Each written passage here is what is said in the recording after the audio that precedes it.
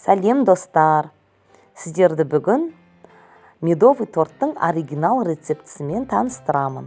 Бұл хит болған рецепт, барлық достарым осы рецептпен пісіреді және де көбісі осы торттың дәмін көрген кезде менен рецептісін сұрайды. Ол үшін бізге не керек?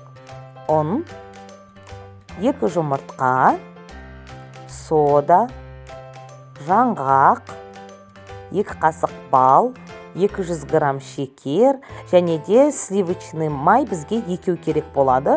Біреуі қамырына, біреуі креміне. Және де 1 банка негізі 380 грамм сгущенное молоко. Описанияны қарасаңыздар, қанша мөлшерде керек екенін жазып қоямын. Ең алдымен 100 грамм майдың үстіне 200 грамм шекерді қосамыз. Және де балды қосып, бізде таза бал, мына жерде үйдің балы. Осы балды қосып, барлығын водяной баняда, яғни ыстық парда ертеміз. Міне достар, екеуін қосқаннан кейін қайнап тұрған водяной баняға қоямыз. Және де арасында кішкене араластыру керек. Себебі шекермен бал маймен араласып еруі керек. Міне дәл осы видеодағындай масса шығады сіздерде. Ерігеннен кейін астын газды өшіріп көп қойсаңыздар болады. Міне кішкене араластырып аламыз. Қатты суымау керек, суық болып қалмау керек. Енді осы жылы күйінде жаңағы 2 қасық соданы қосамыз. Араластырамыз. Соданы қосқаннан кейін массамыз бір жұмсарып және кішкене көпіршіп, көбейіп, түсі өзгереді. Қазір мен сіздерге көрсетемін.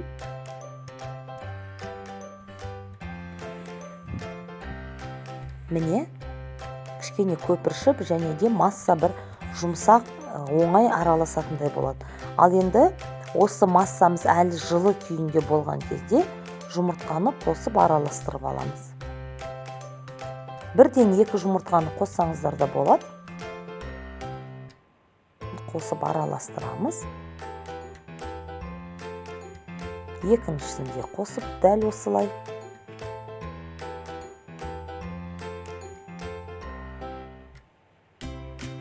Міне осындай бізде бір келкі әдемі масса шығады. Енді ұнды түгел осы массаның үстіне қосып, бірден барлық ұнды қосамыз.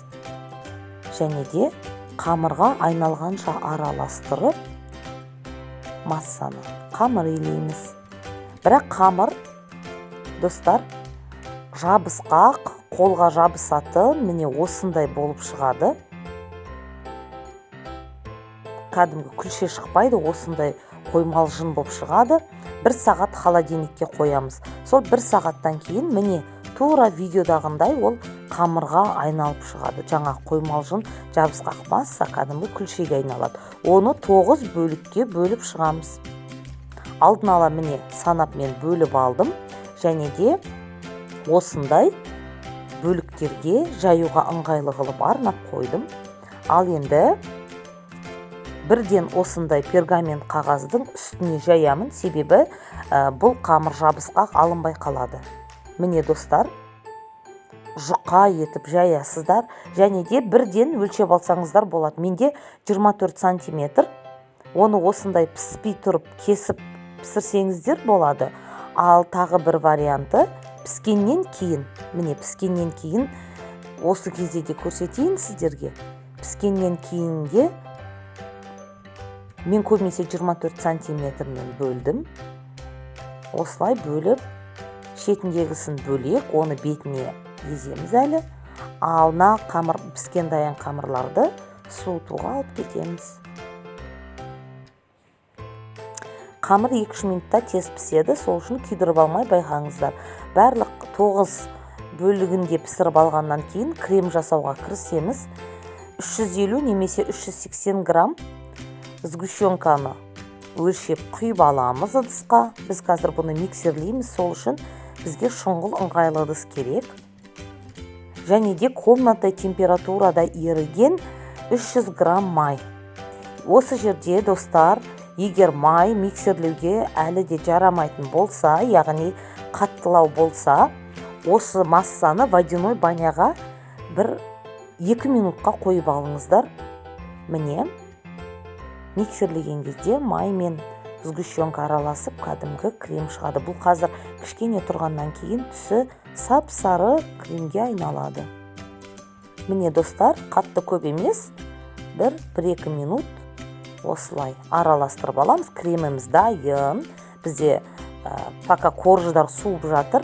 Ал енді жаңғақты езіп аламыз. Бұны бетін әсемдегенге қосамыз. Кейбір кезде жаңғақ қоспасаңыздар да болады, немесе 100 грамм жаңғақ емес, бұдан да көбірек алсаңыздар болады. Ал енді корждарды үгітеміз.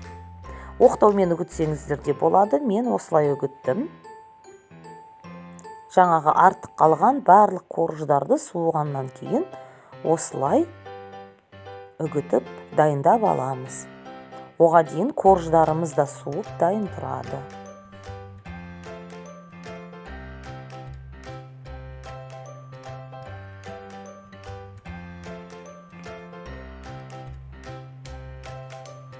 Міне, коржды үгіткен кезде тура осындай әдемі түспен осындай бір ұнтақ пайда болады. Ал енді бізде крем дайын, корждар дайын, жаңғақ бетіне себетін ұнтағымыз дайын. Енді осыдан торт жинаймыз. Міне, бір жаққанға 3 немесе 4 қасық кетеді. Жағылғанына қарай алып тұрасыздар. Көбінесе 3 қасық кетеді. Сол 3-4 қасықтың көлемінде алып, осылай жағасыздар.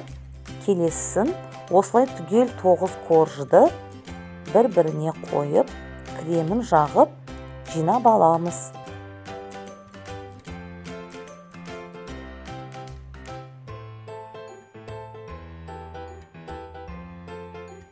Ең соңғы корж бізде.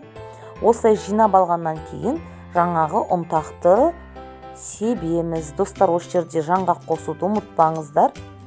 Міне, көбірек қолдансаңыздар да болады. Жаңғақ өте бір әдемі дәм береді. Жеген кезде арасында жаңғақ жүреді. Міне, ең беткі слойына, соңғы коржға көбірек жағыңыздар кремді, және де шет-шетіне, қырына, арасына кіру үшін осылай қолмен жағып шығасыздар. Түгел жаңағы ұнтақтарымыз кремімізден кетеді де, міне осындай бізде медовый торт пайда болады. Өздеріңіздің талғамдарыңызға қарай жеміс-жидек, түрлі-түрлі шоколад, конфеттермен әсемдесеңіздер де болады. Холодильникте 5-6 сағат немесе 1 түн тұрғаннан кейін, ал енді медовый тортты кесіп, дәмін көрейік. Достар, осы рецептпен түсіріңіздер. Каналыма жазылып, видеоларымды көріп, лайк басуды ұмытпаңыздар. Ал енді бірге дәмін көрейік.